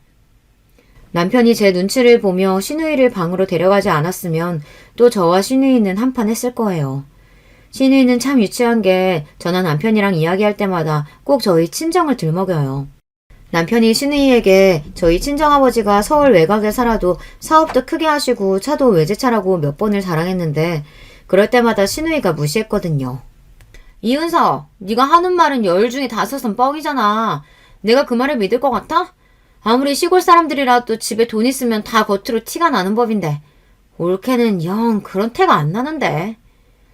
우리 장인어른때 경기도지 시골 아니야. 누나는 무식해서 경기도가 어디 붙어있는 줄도 모르지? 시누이가 하는 말도 10 중에 반은 헛소리라는 걸 저도 잘 알다 보니 그럴 때마다 대꾸도 안 했습니다. 이미 한 건물에서 1년을 살면서 시누이가 얼마나 개념이 없는지 정도는 충분히 알고 있었으니까요. 특히나 술만 먹으면 제가 있든 남편이 있든 할 말 못할 말 더 구분하지 못하고 아무 말이나 하기에 저는 시누이 말에 일절 대꾸도 안 했습니다. 그러던 어느 날이었어요. 결혼생활 내내 골마있던 문제가 결국은 터지고 말았습니다. 그날은 우리 집 집들이였습니다. 원래는 시댁 식구 따로 친정 식구 따로 집들이를 할 생각이었는데 시아버지께서 이제 곧 아이도 태어나니 다 같이 모여 축하하자고 친정 식구들까지 초대하라고 하셨습니다. 그래서 친정아버지랑 이모랑 동생들까지 모두 다 불렀어요. 사실 시댁 식구들이랑 친정 식구들이 다 같이 모인다는 게 내키진 않았지만 시아버지께서 직접 말씀하시니 거절할 수가 없었죠. 시아버지는 심지어 집으로 출장 뷔페까지 불러주셨어요. 이렇게 좋은 집까지 애들한테 선물해 주시고 사돈 정말 멋지십니다. 우리 며느리가 금쪽 같은 손주 낳아준다는데 이깟집이 됐습니까? 며느라, 첫째 낳고 둘째도 낳아주면 내가 그때는 우리 사돈차보다 좋은 차로 차 뽑아주마. 아이고 사돈, 손이 정말 크십니다. 우리 딸 너무 좋겠다. 아버지 같으면 곧바로 둘째 낳겠어. 정말이죠 아버지? 여보, 우리 둘째는 선택이 아니라 무조건 필수로 낳아야겠는데? 걱정했던 것보다 집들이 분위기가 좋아서 다행이다 싶었던 와중 역시나 제가 즐거운 꼴을 그냥 지켜볼 리 없던 신우이가 괜히 또 끼어들어서 분위기를 망쳤습니다. 근데 올케는 볼 때마다 느끼는 거지만 참 사람이 안목이 없어. 전세도 아니고 본인 자가인데 인테리어를 이렇게밖에 못하는 거야? 하긴 이런 건 원래 어릴 때부터 배워야 느는 건데 누구한테 배우지를 못하고 컸으니 영 센스가 없는 거겠지. 신우이는 가만 보면 눈치만 없는 게 아니라 생각도 아예 없는 것 같아요. 시댁 식구들만 있는 자리도 아니고 친정 식구들까지 있는데 선을 지킬 줄을 모르더라고요. 누나, 오빤 궁금하다 그랬었지? 이리 와, 내가 오빤 구경시켜줄게. 제 미간이 구겨지자 눈치를 보던 남편이 벌떡 일어나 신우이를 데리고 옷방으로 들어갔습니다. 아이고, 제 딸이 워낙 솔직한 성격이라 저렇게 말을 가려서 할 줄을 몰라요. 저래도 나쁜 애는 아니니까 너무 미워하지 마세요. 시어머니는 꼴에 자기 딸이라고 편을 들었지만 친정 식구들 얼굴은 좋지 않았습니다. 솔직하긴 저게 무슨 솔직한 거야. 애가 모자라서 저러는 거지. 죄송합니다, 사도. 제 딸이지만 애가 철이 없어도 너무 없어요. 이혼까지 하고 와서 저렇게 정신을 못 차리니 이 기회에 아예 쫓아내버릴까 싶습니다. 시아버지께서 바로 사과하시기는 했지만 아버지 얼굴은 여전히 좋지 않았습니다. 저는 너무 속상했어요. 아버지랑 이모 앞에서는 누구보다 행복한 모습을 보여주고 싶었는데 결국은 신우이가 또 사고를 쳤으니까요. 집들이가 끝나고 모두가 돌아가고 난 뒤 저는 무거운 몸을 간신히 일으켜 집안 정리를 했습니다. 시아버지께서 부른 뷔페 업체에서 청소까지 다 하긴 했지만 그래도 제가 해야 할 것들이 있었어요. 그런데 이상한 점이 하나 있었습니다. 없어진 물건이 하나 있었어요. 옷방에 있던 제 가방이 없어졌습니다. 명품이긴 하지만 비싼 물건은 아니에요. 하지만 저희 친정어머니의 유일한 유품입니다. 어머니께서 돌아가시기 직전까지 가지고 계시다가 저에게 주라고 아버지에게 남기고 간 가방이에요. 아무리 생각해도 제 가방을 가지고 갈 사람은 딱 한 사람밖에 없었어요. 바로 신우이입니다. 항상 저에게 안목이 있네 없네 뭐라고 하면서도 저희 집에 올 때마다 제 물건을 탐내고는 했어요. 전에 같은 건물에 살 때에는 말도 안 하고 제 옷이나 신발을 가지고 간 게 한두 번이 아니었습니다. 저는 다음날 바로 시댁에 갔어요. 오전 11시가 넘었는데도 신우이는 자고 있었어요. 방을 둘러보니 역시나 제 가방이 거기 있었습니다. 저는 너무 화가 나서 신우이가 덮은 이불을 뺏었어요. 그러자 놀란 신우이가 짜증을 내면서 일어났습니다. 이 가방이 무슨 가방인 줄 알고 가져간 거예요? 그거 우리 엄마 유품이라고요. 도대체 도둑도 아니고 왜 남의 물건을 허락도 안 받고 가지고 가요? 저는 지금까지 억눌러왔던 화가 폭발했습니다. 소리를 버럭버럭 질렀어요. 그러자 천연덕스러운 얼굴로 일어난 신우이가 말도 안 되는 소리를 짓거렸습니다. 꼴에 웬일로 괜찮은 명품백이 있나 했더니 역시나 올케가 산 건 아니구나? 이 정도 명품백은 나 같은 명품인 사람이 들어야지. 올케한테는 영 안 어울려. 이거 그냥 놔줘. 저는 그 순간까지도 간신히 붙잡고 있던 이성의 끈이 빠지지 끊어지고 말았습니다. 명품? 당신이 인성이 명품이라고? 좋아. 네가 얼마나 명품인지 내가 아버님께 그대로 말씀드려야겠다. 형님이고 나발이고 더는 봐줄 수가 없었습니다. 얌전해 있는 사자의 코털을 자꾸만 건드리니 저로서는 봐줄 이유가 없었어요. 저는 그대로 거실로 나가 시아버지가 쉬고 계신 방을 노크했습니다. 그리고 시아버지 방에 들어가 제가 아는 사실을 그대로 말씀드렸어요. 아버님, 제가 이런 이야기를 들어야 하나 말아야 하나 고민했는데요. 아무래도 안 되겠네요. 사실은 형님 아직 이혼 안 끝났어요. 아직도 소송 중인 거 아버님도 아세요? 뭐야? 이혼 소송이라니. 그게 무슨 소리야? 합의 이혼했다더니만 그런 게 아니었어? 올케가 뭘 한다고 그래? 내가 무슨 소송을 한다고 그래? 웃기네 정말. 제가 모를 줄 알았어요? 형님이 술 취할 때마다 저한테 다 말했잖아요. 바람 피우다가 걸려서 소송 중이라고. 이러다 이혼 위자료에 전남편 소송비까지 다 물게 생겼다고 울고불고 했었잖아요. 뭐야? 이 미친년이 이제 하다하다 바람? 네가 돌았구나 돌았어. 아버지, 제가 몇 살인데 그래요? 설마 때리려고요? 그러지 마세요. 그랬습니다. 신우이는 전혀 기억 못했지만 술에 취해서 우리 집에 올 때마다 같은 소리를 했어요. 신기한 게 남편이 있을 때는 말을 안 했었는데 저만 있으면 전 남편 이야기를 쉽게 하더라고요. 아버지께서 이 사실을 알면 아마 자기 머리털을 다 뽑아버리고 집에서도 쫓아낼 거라고 비밀이라고 해서 저 나름대로 그 비밀을 2년째 지키고 있었습니다. 그런데 이제는 아니었어요. 제 재수없는 시누이의 비밀을 제가 뭐하러 숨겨주겠어요. 그날 이후 시아버지의 눈밖에 든 시누이는 집에서 쫓겨났습니다. 다른 건 몰라도 남편 두고 바람 피우는 딸녀는 절대 당신의 딸로 인정할 수 없다고 호적에서도 파버릴 거라고 하셨어요. 재판 결과가 나와서 위자료를 내게 되더라도 시누이 본인더러 알아서 하라고 엄포를 놓으셨습니다. 그리고 시아버지는 시누이를 대신해서 저에게 사과하셨어요. 당신이 자식을 잘못 키워서 저에게까지 피해를 줬다고요. 제가 형님을 용서하기 전까지 절대 시누이를 안 보겠다고까지 하셨어요. 남편 말로는 시누이가 일자리를 구했다고 하더라고요. 그것 또한 얄미웠습니다. 지금까지 시아버지한테 빌붙어서 아무것도 안 하고 먹고 살더니만 이제야 똥줄이 탔나 보더라고요. 그리고 종종 저에게도 시누이의 연락이 옵니다. 그때 일은 미안했다고 이야기하지만 저는 진심이라고 생각하지 않아요. 저는 아직 용서해줄 마음이 생기지 않아 연락도 받지 않고 있습니다. 지난 2년 동안 제 속을 들들 볶던 시누이 얼굴을 안 보고 사니 저도 너무 속이 시원하고 살만하더라고요. 그동안 저는 아이도 무사히 출산하고 육아에 빠져 있습니다. 조금 있으면 아이 100일이에요. 그래서 조금 고민이 됩니다. 그래도 제 아이의 고모이고 남편의 누나이니 이제 그만하고 제가 먼저 연락을 해야 할까요? 사실 저는 아직 모르겠습니다. 그런 일이 있었다고 해서 과연 형님이 변하셨을까 해서요. 여러분의 생각은 어떠세요? 아무리 미워도 가족이니 용서하고 받아줘야 할까요? 여러분의 의견 댓글로 남겨주시면 참고하도록 하겠습니다. 끝까지 제 이야기 들어주셔서 감사해요. 여러분의 가정에는 항상 좋은 일만 가득하시길 바랄게요. 안녕하세요. 저는 서울에 거주하는 40대 여자입니다. 얼마 전에 날씨 좋을 때 제 인생에서 큰 사건이 발생했어요.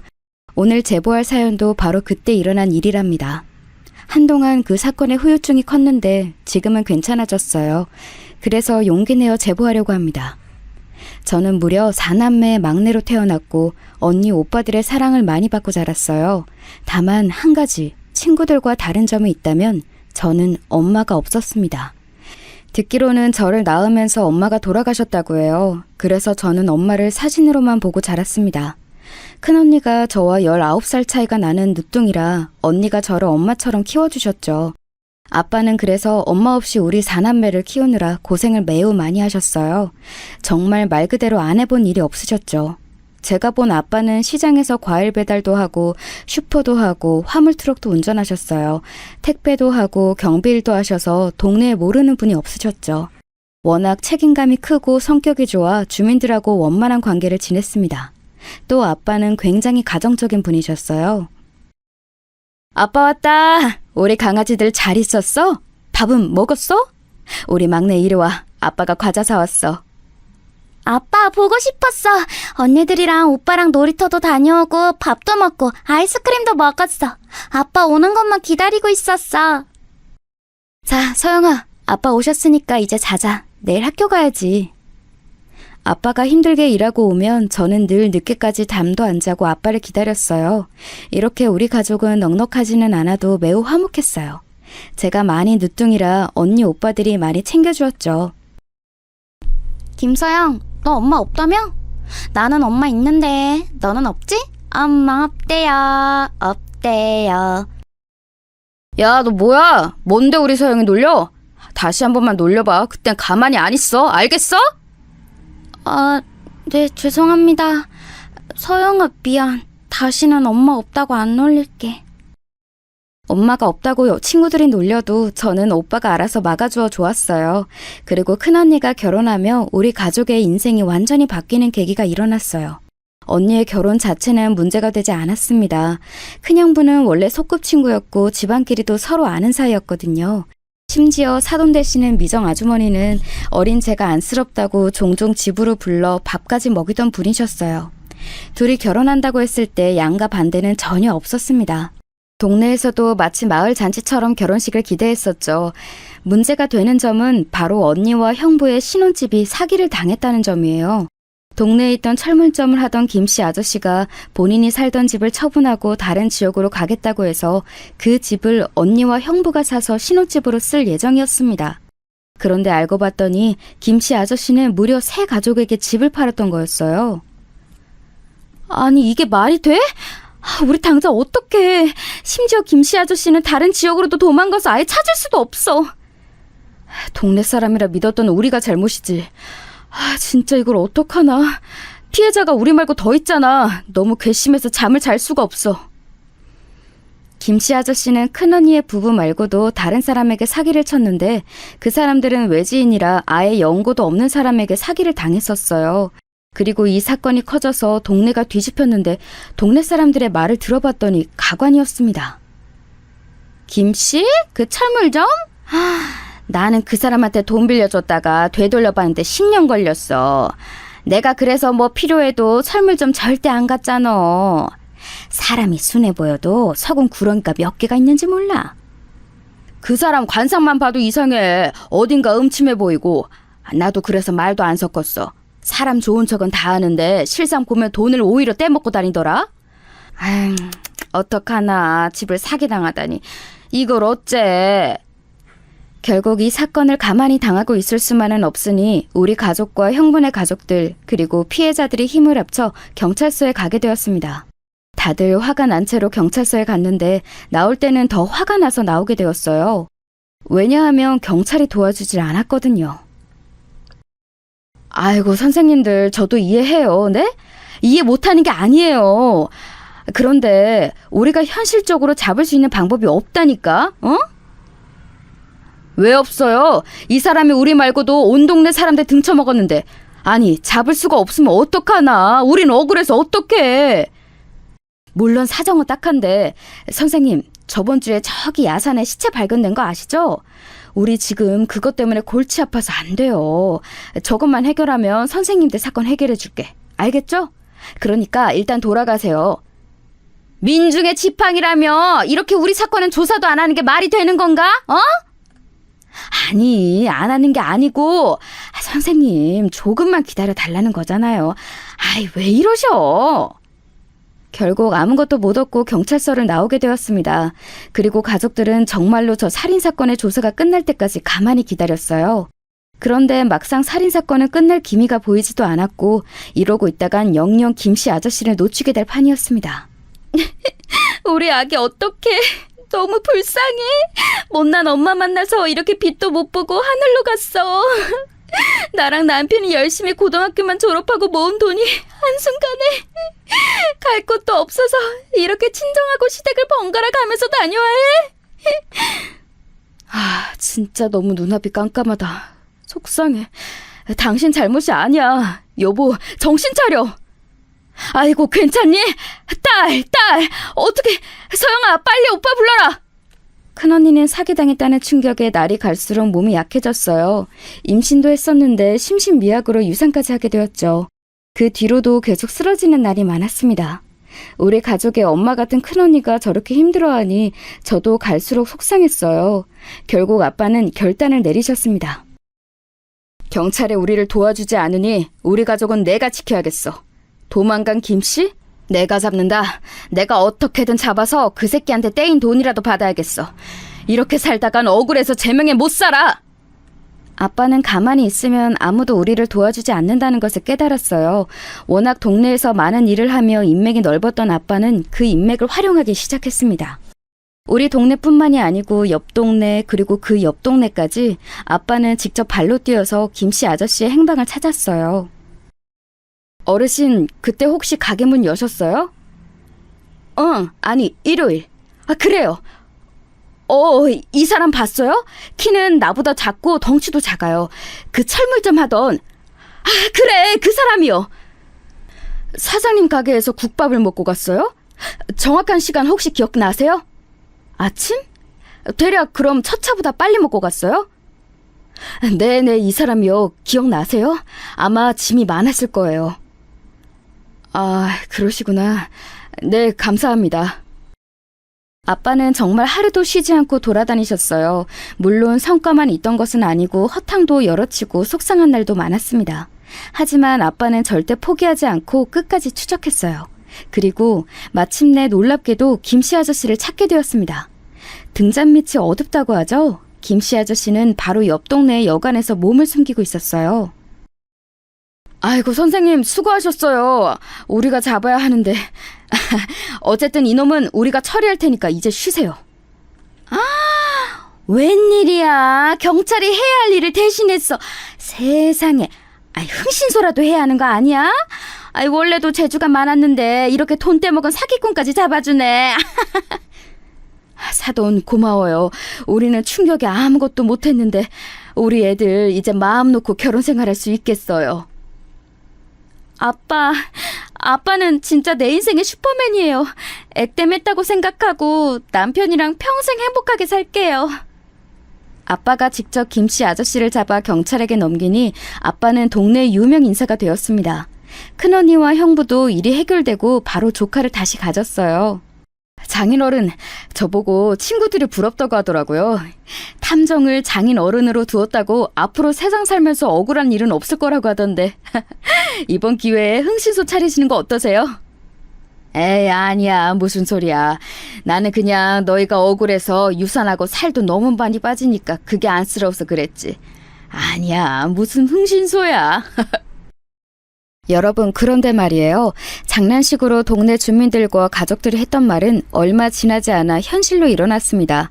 워낙 좁은 동네라 아빠가 직접 발로 뛰어 사기꾼을 잡았다는 소식이 들리자 몰래 우리 아빠에게 찾아와서 의뢰하는 사람이 늘어났어요.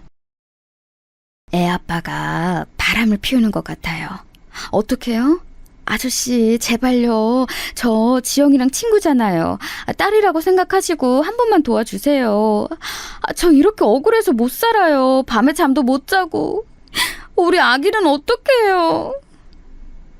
아니, 누가 자꾸 우리 가게 앞에 있는 화분을 가져가더라? 심지어 우리 아들이 쓰는 자전거까지 가져갔어. 경찰에 말했더니 좀도둑이라고 도와줄 생각도 안 해. 사장님이 우리 좀 도와줘, 응? 살해는 두둑하게 할게. 사장님, 우리도 사기꾼 좀 잡아줘요. 평생 농사로 힘들게 모은 돈이 다 물거품이 됐어. 우리 어머니 쓰러지고 난리 나서 어떡해. 주민들은 경찰이 제대로 일하지 않는다며 우리 아빠를 계속 찾아왔어요. 아빠가 워낙 정도 많고 동네에서 일하며 인맥이 넓어 그런 사람들을 지나치지 않았습니다. 그렇게 하나둘 돕다 보니 자연스럽게 정말 흥신소 일을 시작하게 되었어요. 그 과정에서 혼자서 하는 것은 한계가 있으니 형부와 큰언니도 도왔죠. 그러면서 본격적으로 흥신소 사무실도 차리게 되었습니다. 웬일이야? 우리 아빠 이제 진짜 사장님이야? 평생 고생하더니 잘 됐다. 아빠, 몸으로 뛰는 건 내가 할 테니까 아빠는 장군처럼 지휘만 해요. 우리 자식들이 날 이렇게 응원해주니까 내가 더 힘이 나서 일할 수 있겠다. 너희는 걱정하지 말고 공부나 열심히 해.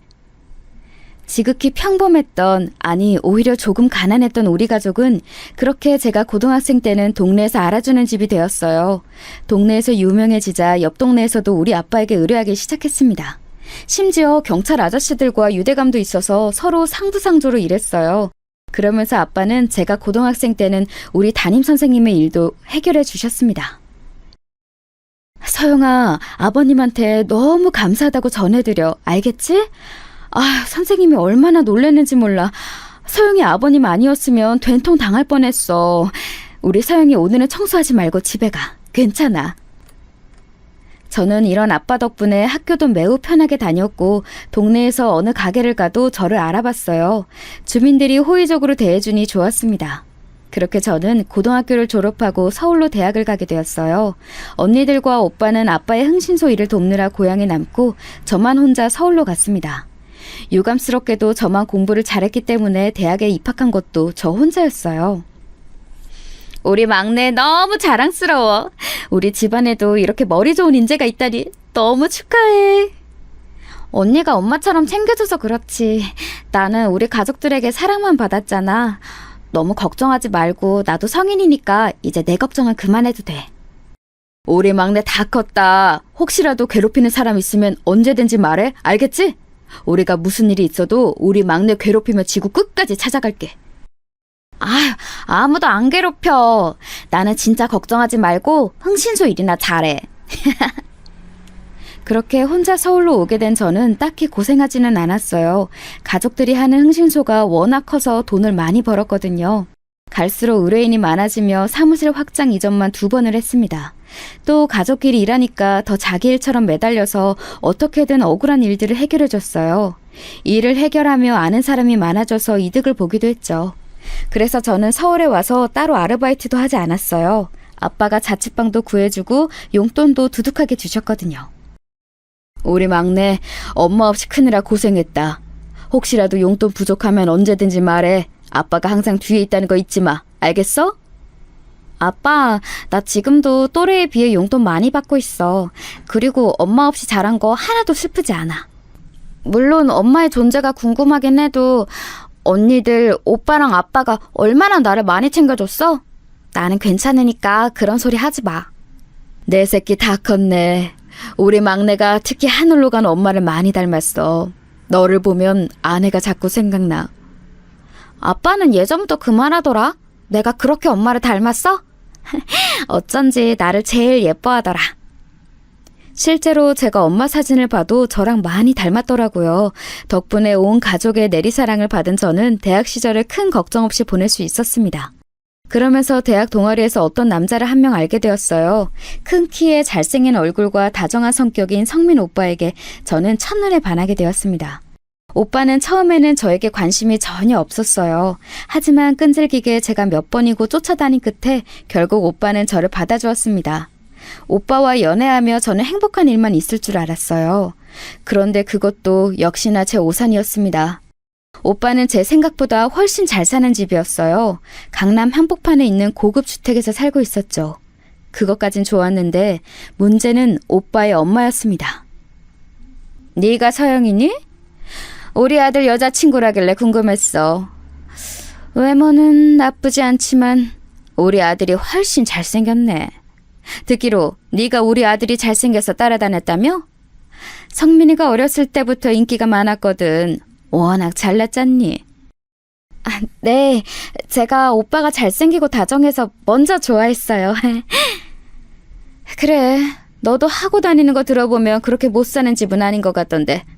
만약 우리 성민이랑 결혼하려면 섭섭하지 않게 준비해야 할 거야. 성민 오빠의 어머님은 아직 대학도 졸업하지 않은 저를 집으로 부르셨어요. 그것도 한 번으로 끝나는 게 아니고 여러 번 저를 부르셨습니다. 처음에는 오빠의 어머니가 저를 보고 싶어 한다는 말에 기뻤는데 점점 저도 피곤해지기 시작했어요.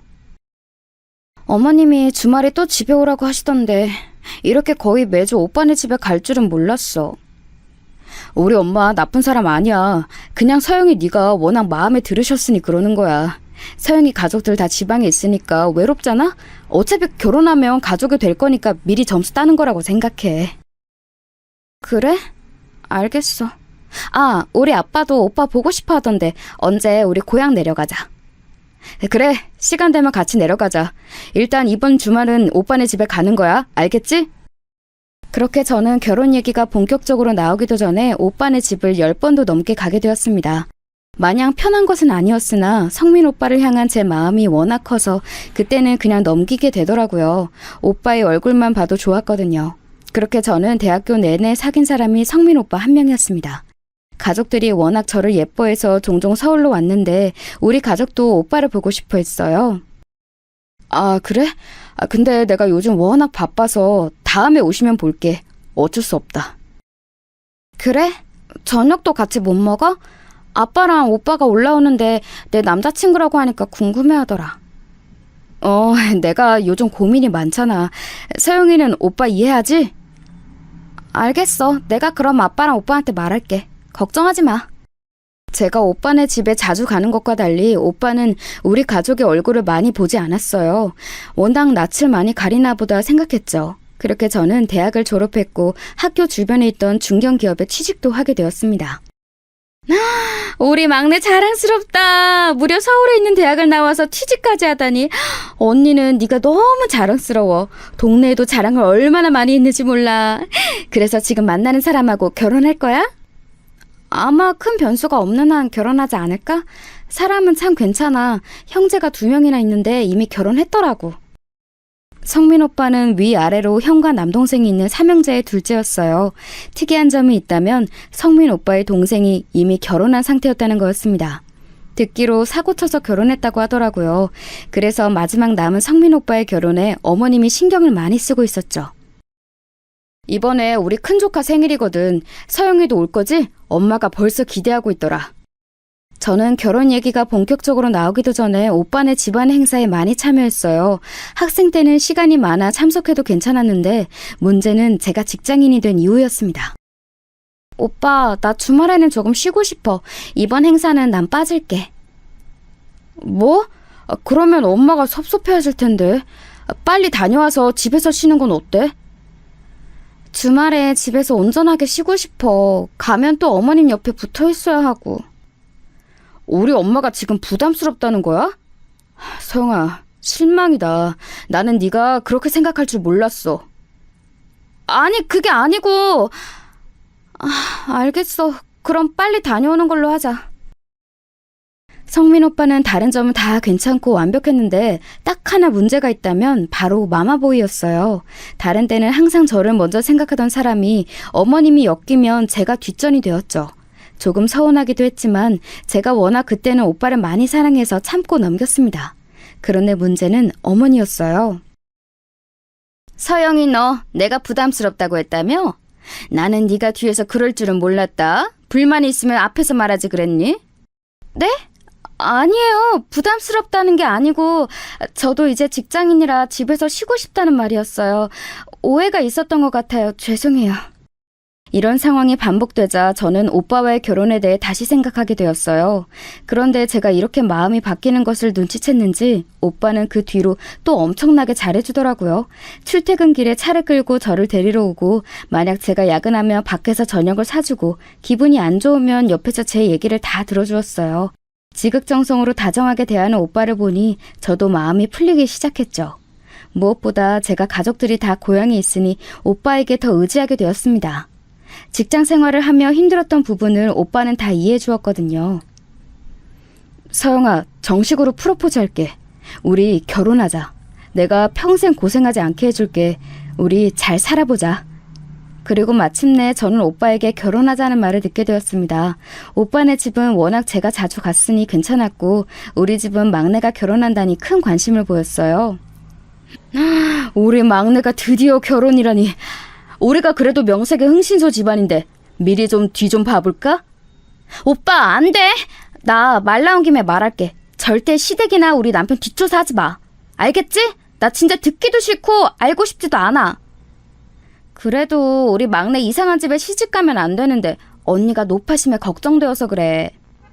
아니야, 진짜 알아보지 마. 내가 기분 나빠서 그래. 알겠지?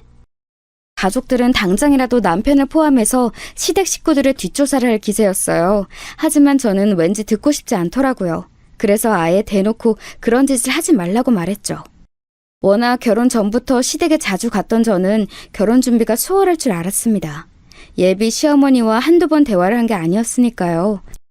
그런데 본격적으로 결혼 준비를 하며 얼마나 힘들었는지 몰라요. 시어머니는 예전에도 그랬지만 아들 자랑이 매우 심하셨어요. 우리 성민이가 어릴 때부터 인기가 많았어. 그런데 공부까지 잘하니까 얼마나 완벽하니? 내가 동네에서 우리 아들 덕분에 기가 살았잖아. 서영이, 너는 시골 출신이라 모르겠지만 이 동네가 얼마나 치열한지 알아? 그래도 우리 아들이 워낙 잘나서 다행이었지. 거짓말하지 않고 저는 시어머니 아들 자랑을 3시간이나 들었던 적도 있어요. 시아버지가 될 분은 아주 과묵하고 말이 없던 분이셨어요. 제가 집에 갈 때마다 없으셨는데 어쩌다 마주쳐도 말없이 저를 응시할 뿐이셨습니다. 결혼 준비하며 남편의 형과 동생을 만나기도 했어요. 재주씨가 워낙 똑똑하고 야무지니까 큰 문제는 없을 것 같아요. 우리 이제 자주 얼굴도 보고 서로 집에도 놀러가고 그렇게 합시다. 네, 저도 잘 부탁드려요. 부족하지만 제가 많이 노력할게요. 드디어 우리 삼형제가 다 결혼하네요. 우리 엄마 외로워서 어떡해? 형제들은 다행히 무난하게 넘어갔는데 시어머니가 문제였죠. 상견례가 잡히고 본격적으로 양가 어른들이 만나기 전에 시어머니는 또 저를 부르셨어요. 그래서 서영이네 집안은 무슨 사업을 하는 거야? 내가 생각해보니 사업한다는 것만 알고 무슨 사업인지 자세히 알지를 못했네. 아, 가족들이 다 흥신소 사업을 하세요. 지방에 사무실 두고 일하시는데. 뭐? 지금 뭐라고 했어? 흥신소? 흥신소? 아니, 나 그런 거 텔레비전에서만 봤어. 세상에, 흥신소? 아, 네. 고향에서 하시는데 언니들하고 오빠도 같이 하고 있어요. 아, 너무 웃기다. 나는 또 얼마나 대단한 집안인가 생각했는데 흥신소? 아이고, 내가 사돈으로 흥신소 집안을 만나게 될 줄이야. 아우, 너무 웃기다. 시어머니의 반응에 저는 시어머니를 만나고 처음으로 정색하게 되었어요. 아무리 그동안 저를 힘들게 했어도 저는 어른이니까 꾹 참았거든요. 그런데 우리 가족을 비우는 모습에 너무 기분이 나빴습니다. 어머님, 지금 우리 가족 사업하는 거 비우는 거예요? 다들 열심히 일하고 계세요. 그리고 억울한 사람들 사건도 해결해주고 자부심 가지고 일하는 거예요. 너무 웃겨서 그래. 요즘 세상에도 흥신소로 빌어먹는 사람이 있니? 너무 웃기다. 그걸 이용하는 사람이 있다는 거잖아. 제가 아무 말을 하지 않고 쳐다보자 시어머니는 오히려 그런 제가 예민하다고 느끼셨나 봐요. 얘는? 그렇다고 너는 시어머니 될 사람을 그렇게 쳐다보면 어떡하니? 어른 앞에서 그래도 되는 거야? 가족을 욕하는데 어떻게 가만히 있어요? 저 오늘은 이만 일어날게요.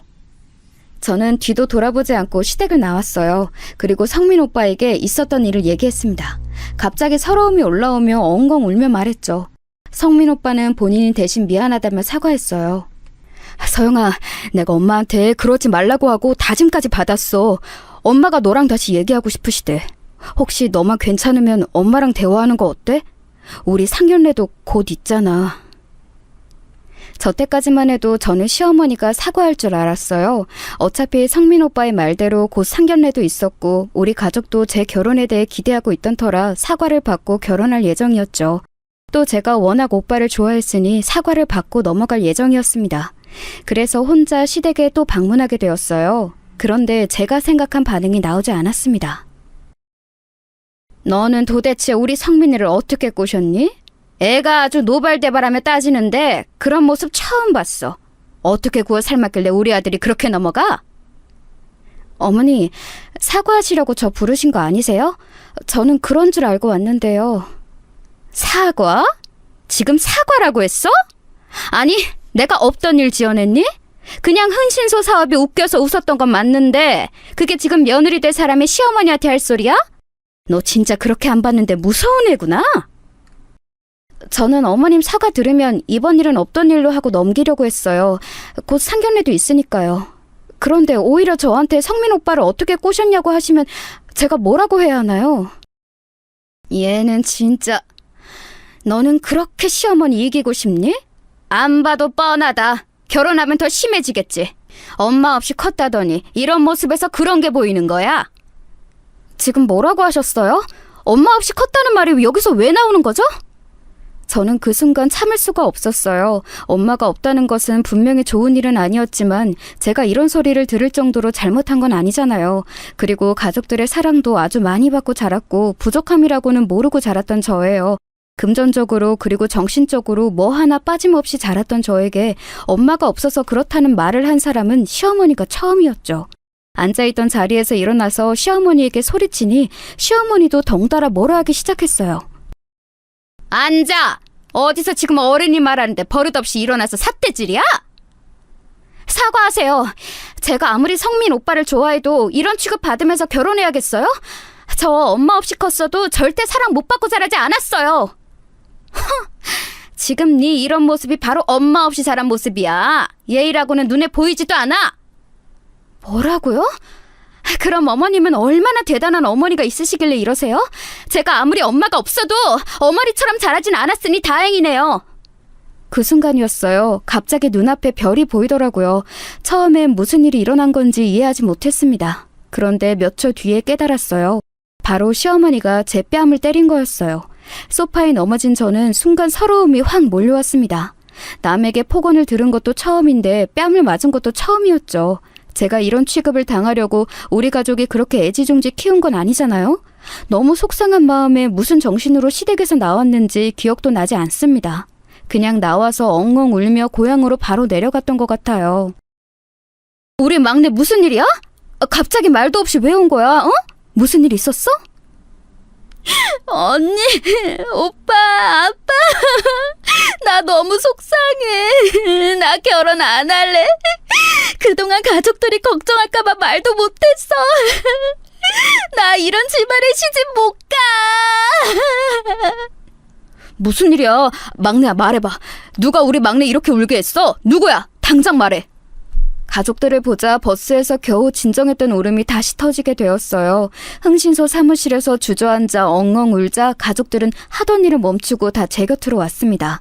겨우 진정하고 어렵게 말을 꺼냈습니다. 예비 시모, 시어머니가 내 뺨을 때렸어. 나한테 엄마 없이 컸다고 예의 없대. 내가 이런 말을 들을 정도로 잘못한 것도 아니야. 나 이런 집에 시집 못 가. 내가 아무리 성민 오빠를 좋아해도 이건 아니야. 내가 이런 취급을 받아야 해? 뭐라고?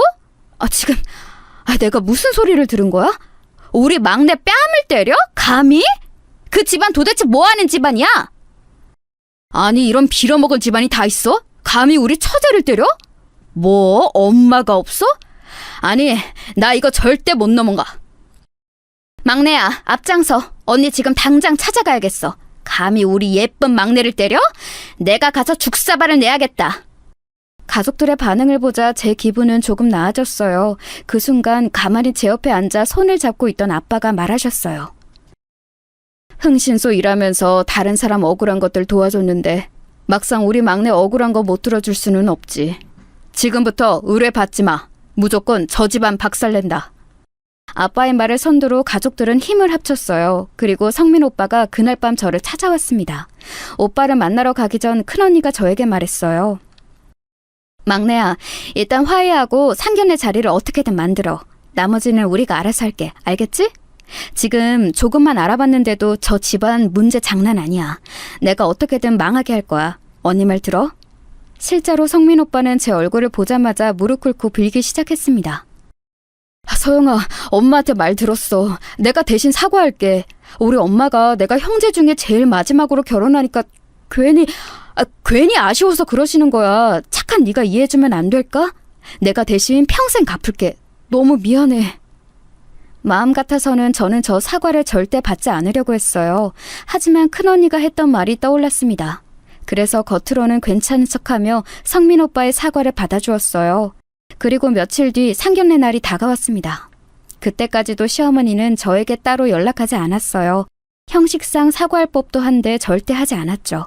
그리고 제가 가족들에게 시댁에 관해 물어봐도 다들 말해주지 않았습니다. 그저 저보고 아무 걱정하지 말고 있으라고 했죠. 안녕하세요. 처음 뵙겠습니다. 저는 서영이 아빠 되는 사람입니다. 반갑습니다. 네, 반가워요. 저는 성민이 엄마고 이쪽은 성민이 아빠요. 그리고 그 옆은 우리 자랑스러운 첫째 아들과 아내. 그리고 이쪽은 우리 막내 아들과 며느리예요. 워낙 대가족이라 걱정했는데 사돈도 대가족이라 다행이네요. 시어머니는 우리 가족을 처음 보는 자리에서 상당히 가식적으로 대하더라고요. 저에게 눈길도 주지 않는 모습을 보고 속으로 사람은 역시 변하지 않는다고 생각했죠. 우리 가족들을 돌아봤더니 가족들은 무슨 전쟁터에 나가는 장군 같은 표정을 하고 있었어요. 전날부터 그렇게 가족 회의를 하더니 도대체 무슨 말을 할지 저도 모르고 있었습니다. 시간이 조금 지나자 시어머니는 역시나 아들 자랑을 마구하기 시작했어요. 우리 아들이 그렇게 공부를 잘하고 잘생겨서 인기가 많아요. 지금도 저한테 얼마나 선자리가 많이 들어오는지 몰라요. 서영이는 진짜 복 받았죠. 우리 아들 같은 사람 찾기 힘들 텐데. 엄마 그만해요. 그런 말 하지 않기로 했잖아요. 우리 서영이도 예쁘고 똑똑해서 인기 많아요. 어릴 때부터 동네에서 신부감으로 눈독 들인 사람이 얼마나 많은데요. 확실히 가족들이 있으니까 그렇게 든든할 수가 없었어요. 특히 큰언니가 성격이 매우 세거든요. 어디 가서 당하고 사는 사람이 아니라 시어머니에게 웃으면서 할 말 다 하는 모습을 보니 얼마나 든든했는지 모릅니다. 만약 거기서 시어머니가 조용히 했으면 오늘 제보할 대박 사건이 일어나지 않았을지도 몰라요. 하지만 시어머니는 역시나 사람이 변하지 않더라고요. 우리 성민이가 워낙 귀한 자식이라. 물론 서영이도 예쁨을 많이 받았겠지만 우리 집안이 워낙 다들 잘나서 그래요. 다들 잘나서 그렇게 바람을 피우고 다니나? 그 순간 작은 언니가 조용하게 내뱉은 한마디에 분위기가 순식간에 싸해지기 시작했습니다. 우리 가족들은 올게 왔다는 표정을 지었어요. 시댁 쪽은 이게 무슨 소리인가 싶은 표정이었죠. 말로만 들었지 이 정도일 줄은 몰랐는데 진짜 그동안 우리 막내가 어떤 취급을 당했을지 생각하니까 피가 거꾸로 솟네. 지금 뭐라 하셨어요? 저기요, 형씨. 그쪽 바람 피우는 거 당신 안 해도 알아요? 당신 지금 회사에서 어린 여직원하고 불륜이잖아. 저번 주에 강릉 다녀온 거 출장 아니고 여행이잖아. 뭐라고요? 지금 뭐라고 하셨어요? 그게 사실이에요? 아니, 이게... 그럼 제가 없는 일 지어낼까 봐요? 여기 사진이요. 그쪽 남편 바람 피우는 거 상습이에요. 아기도 있는 양반이 무슨 그렇게 어린 여자를 좋아해? 뒷조사하면서 깜짝 놀랐네. 이게 지금 무슨 뭐하는 짓이야? 장난해? 아니 여보, 내 말 들어봐. 아니야, 오해야. 무슨 오해? 지금 이 사진에 있는 이 사람 당신 맞잖아. 당신 불륜이야? 나는 집에서 종일 아이 보고 육아하느라 지쳤는데 그런 나를 두고 바람? 미쳤어? 순식간에 아주버님의 불륜 소식이 들통났어요.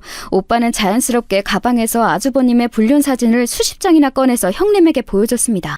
형님은 울며 아주버님을 때리기 시작했죠. 순식간에 자리는 쑥대밭이 되었습니다.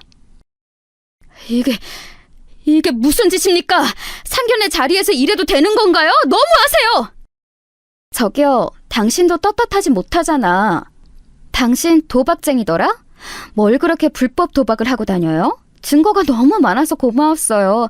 틈만 나면 도박하러 가던데 아내분은 알고 계셨어요? 뭐요? 도박이요?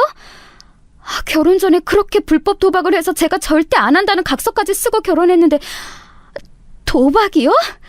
당신 진짜야? 증거가 넘쳐요. 사진은 여기 있고 혹시 더 필요하면 말하세요. 진짜 너무 많아서 못 들고 왔으니까 영상 필요하시면 말하세요. 그리고 또 말하자면 도박도 하고 룸살롱도 그렇게 가던데 알고 계셨나요? 룸살롱이요? 그건 또 무슨 소리예요? 능력도 없는 사람 내가 친정 도움으로 결혼했더니 이게 지금 뭐 하는 짓이야? 당신 장난해? 그동안 우리 부모님 재산 이런 식으로 쓴 거야? 아주버님에 이어 서방님까지 뒷조사한 것을 다 까발렸어요. 시어머니는 아무 말도 못하고 얼굴이 하얗게 질린 채로 있더라고요. 그 순간 그렇게 조용하던 시아버지가 한마디 하셨어요. 결혼이 불만이었으며 파혼하면 되는 것을 이게 지금 뭐하는 짓입니까? 사돈 말 잘 꺼내셨어요. 사돈이야말로 뭐하는 짓입니까? 교수라는 양반이 그렇게 어린 학생들하고 한 명도 아니고 여러 명하고 자고 다니는 거 너무 더러워요. 조용히 뒤에서 제일 쓰레기 짓을 하고 다녔더라고요. 뭐라고요? 지금 그게 무슨 말씀이세요? 이 사람이 바람을 피웠다고요? 우리 소중한 막내 때린 거 갚아주려고 뒷조사하는데 내가 이거 보고 혀를 찼어요. 아줌마 당신이 왜 우리 딸한테 그렇게 집착한지 알겠어. 남편이 뒤에서 이런 쓰레기 짓을 하고 다니는 걸 본능적으로 안 거지. 안 그래요? 바람이라니 그게 무슨 말도 안 되는 소리야? 당신 진짜야? 말해봐, 진짜야? 그쪽 남편 불륜한 거 하루 이틀도 아니던데? 그러게 성격 좀 죽이고 살지 그랬어. 집에서 마누라가 그 모양이니까 남편이 밖에서 바람을 피우고 다니지. 안 그래? 증거 여기 있으니까 실컷 보세요. 이게 뭐야? 당신 어떻게 나한테 이럴 수가 있어? 미쳤어? 미쳤냐고! 가족들이 준비한 사진을 보니 진짜 가관이었어요. 교수로 재직하던 시아버지는 학생들과 동료 교수들까지 쉴 새 없이 바람을 피웠더라고요. 불륜 상대가 너무 많아 서류가 뭉치로 있을 정도였죠. 그렇게 상견례 자리는 시아버지와 아주버님 그리고 서방님까지 세 부부의 관계를 다 망치는 자리가 되었습니다. 아줌마, 상대를 잘못 골라도 한참 잘못 골랐어. 어디서 우리 막내를 때려? 우리가 우리 막내 얼마나 소중하게 키웠는지 알아? 내 동생한테 엄마 없다고 뭐라 하기 전에 당신 잘난 남편하고 아들들이나 챙겨. 자기 가족들이 저 모양이니까 우리 막내가 깨끗하길 바란 거야? 진짜 바람도 유전자라던데. 우리 막내 우리가 이 집안에 결혼 못 시켜. 엄마 없이 자란 우리는 제대로 컸는데 멀쩡히 엄마 있는 당신 가족은 왜 이래? 가족들이 나서서 제 편을 들어주자 얼마나 든든했는지 몰라요. 상견례 자리는 말 그대로 아수라장이 되었습니다. 서로 각자 따지고 때리고 난리가 아니었어요. 나중에는 식당 직원들이 말려도 말을 듣지 않아 경찰까지 부를 정도였습니다. 너무 통쾌해서 계속 입가에 웃음이 걸려 있었어요. 그렇게 고향에 내려와 심신을 안정시키는데 얼마 지나지 않아 성민 오빠에게 연락이 왔습니다. 마지막으로 인사하려고 서울로 다시 와서 오빠를 만났어요. 그래서 지금 우리 집안은 말 그대로 난장판이야. 부모님도 이혼한다 하시고 형은 이혼 당했고 동생도 지금 법원에서 싸우고 있어. 서영이 너한테는 내가 뭐라 할 말이 없다. 만약 어머님이 나한테 제대로 사과하거나 아니 애초에 때리지 않고 나를 무시하지 않았다면 이런 일은 일어나지 않았을 거야. 나도 오빠만 보면 좋았는데 결혼은 무리야. 그래, 네 마음 알아. 그동안 고마웠어. 우리 집은 완전히 콩가루가 됐어. 엄마는 큰 충격을 받아서 지금 정신병원에 입원하셨어. 성민 오빠에게는 딱히 악감정이 있지는 않아요. 그렇지만 오빠가 말해준 소식은 아주 통쾌했어요. 시어머니는 본인 가족이 완벽하다고 생각하는 사람인데 그 가족들이 알고 봤더니 문제가 아주 많았던 거죠. 정신병원에 갔다는 말을 듣고 아주 잠깐 측은한 마음이 들기는 했지만 오래가지 않았습니다. 남의 집 귀한 자식은 때리면서 본인 가족이 그 지경인 걸 참을 수가 없대? 진짜 웃기는 사람이네. 서영아, 죄책감 가지지 마. 너는 잘못한 거 없어. 맞아, 본인이 자초한 일이야. 그리고 언니가 이번에 좋은 선자리 알아봤거든? 여기 한번 나가봐. 우리가 뒷조사까지 다 끝냈어. 괜찮은 집안이더라. 가족들은 저에게 죄책감을 갖지 말라며 다독여 주었어요. 그리고 실제로 언니들은 그 뒤로 본인들이 알아본 선자리를 마련해 주었습니다. 그리고 저는 거기서 지금 남편을 만나게 되었어요. 아빠가 우리 막내딸 걱정에 몇 날 며칠을 뒷조사했는데 아주 깨끗해. 저런 집이면 마음 놓고 시집 보낼 수 있겠어. 아유, 진짜 아주 든든해서 미치겠어. 살면서 억울한 일 생기면 꼭 말해. 알겠지? 우리 막내 괴롭히면 우리가 지구 끝까지 가서 배로 갚아줄 거야. 언니의 말대로 저는 그 뒤로도 살면서 억울한 일이 생기면 경찰이 아니고 친정에 말하고 있어요. 그리고 지금 남편은 가족들이 알아본 것처럼 아주 성실하고 괜찮은 사람이랍니다. 성민 오빠처럼 부자는 아니어도 평범한 집안이지만 가족끼리 화목하고 다정해서 저는 현재 너무 행복해요. 성민 오빠와의 연락은 완전히 끊겼고 아주 우연히 형님과 동서에게 연락이 온 적은 있었어요. 결국 이혼했어요. 나는 시어머니가 미친 인간인 줄은 알고 있었는데 시댁 식구들이 다 이 모양인 줄은 몰랐죠. 아무튼 오히려 고마워요. 맞아요. 우리 친정에서도 영웅이라고 할 정도예요. 제가 저런 인간하고 평생 살 거라고 생각하니까 숨이 턱 막히는 거 있죠? 며느리들과는 그 상견례 이후로 더욱 친해졌어요. 미친 집안이라고 욕하니까 서로 공통점이 생겨서 얼마나 즐거운 대화를 했는지 모릅니다. 실제로 형님과 동서는 그 뒤로 개인적으로 우리 집안의 흥신소를 이용하기도 했어요. 형님이 말하길 시어머니는 여전히 정상적인 생활을 하지 못하고 있다고 하더라고요. 형님과 동서하고는 자주는 아니어도 종종 안부를 묻기도 하고 1년에 한 번은 만나고 있답니다. 다들 새 삶을 살고 있는데 하루라도 빨리 그 집안과 연을 끊어내길 잘했다고 하고 있죠. 이게 다 우리 가족들 덕분이니 저도 참 감사하게 생각하고 있답니다. 이런 가족이 있다니 얼마나 든든한지 몰라요. 여러분, 제가 준비한 사연은 여기까지입니다. 되돌아보니 다시 또 우리 가족이 대단하게 느껴지네요. 제 인생에서 가장 통쾌했던 일인데 재미있게 들으셨는지 모르겠어요. 여러분이 들으시며 조금이라도 웃으셨길 바라면서 이만 마치겠습니다. 제 사연 들어주셔서 감사합니다.